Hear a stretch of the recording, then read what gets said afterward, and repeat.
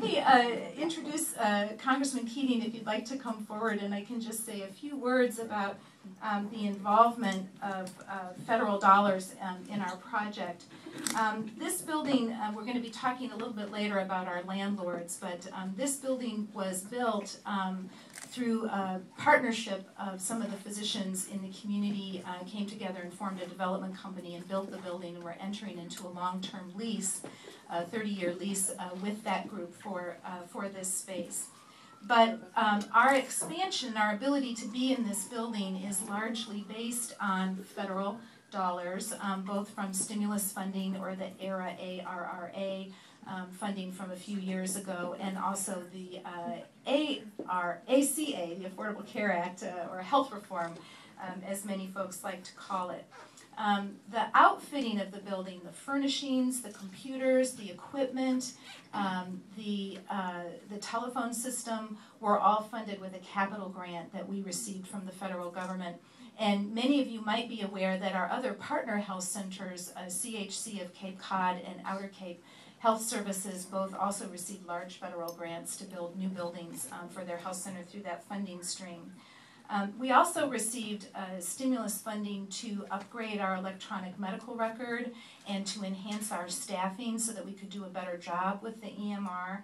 And then we also received something called increased demand for services. That was funding because the federal government anticipated that more people would be needing Medicaid and would be needing health services through health centers. And so they gave us an expansion grant for a couple of years that has now, through the good work, it was a little dicey there last spring with some of the cuts, but they were able to preserve this additional funding that we received during the economic crisis that has continued to help us to serve the folks that we serve. So, Congressman Keating, we're so glad to have you in your position, and thank you so much for being here to celebrate with us today.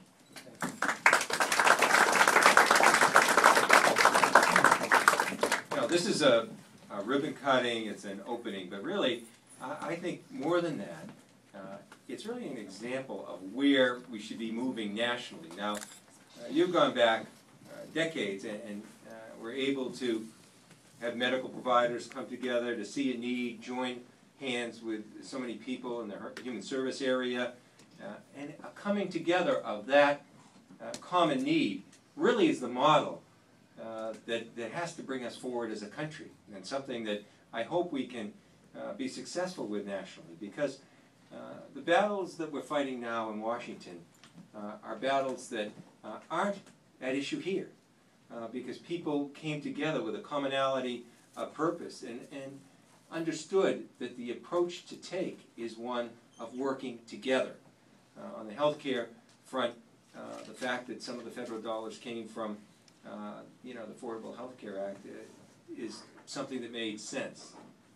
The fact that you were able to take some of the ARRA monies and supplement your efforts makes sense.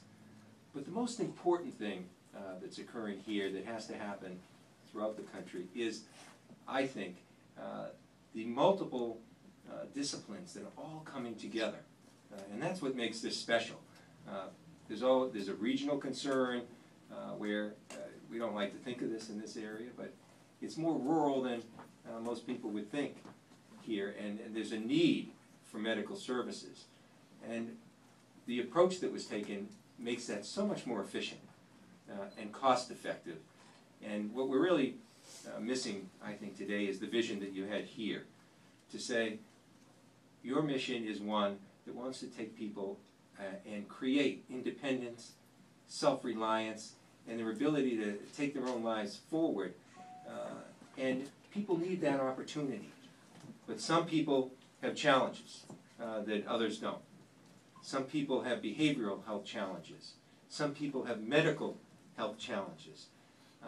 You've come together here and taken not only a medical approach, a three-pronged approach that was medical, health, also behavioral health, but you've done it in a case management system that incorporates the person. You're geared at the person, the family themselves. And that's the center, not dealing with symptoms solely. So it's this approach that's going to be successful in going forth with our country. And you've been doing it here, and doing it well. And I remember going to the NOAA shelter, seeing how that's plugged in.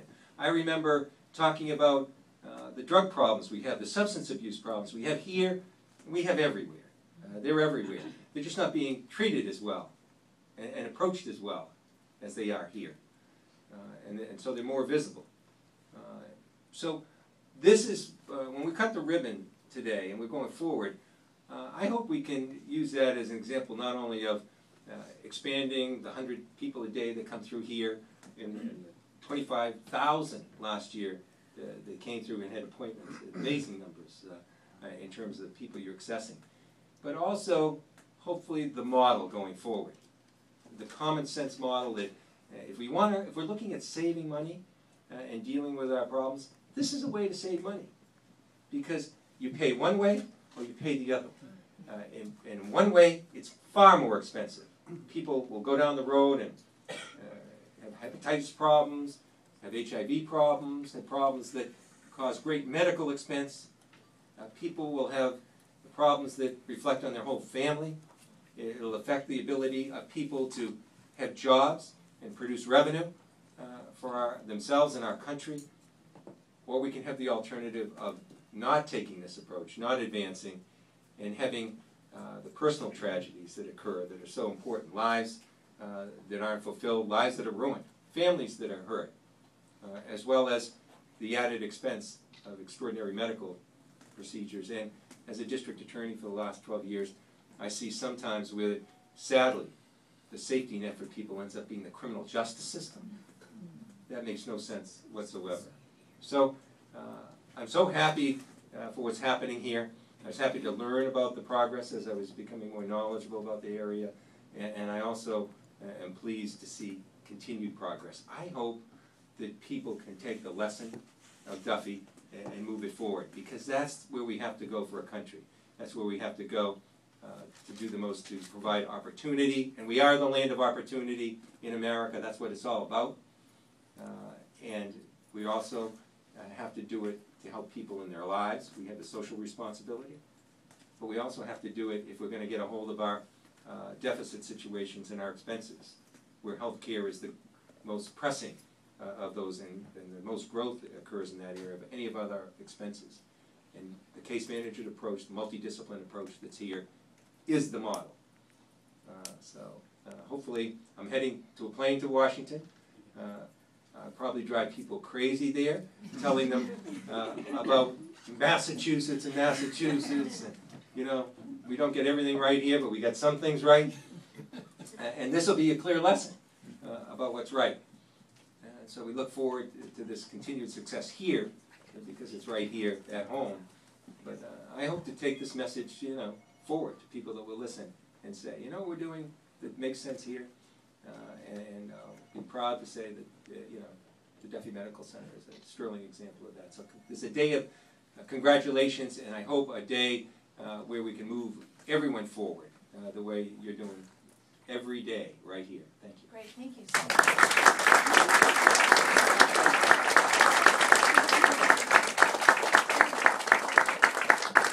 Thank you, Congressman. I just told him, you really get us, which is really great. And the Congressman does have to catch a plane to fly to Washington, D.C. to continue to fight for universal health care, and so we support him in that, and we wish you well, and thank you so much for being here.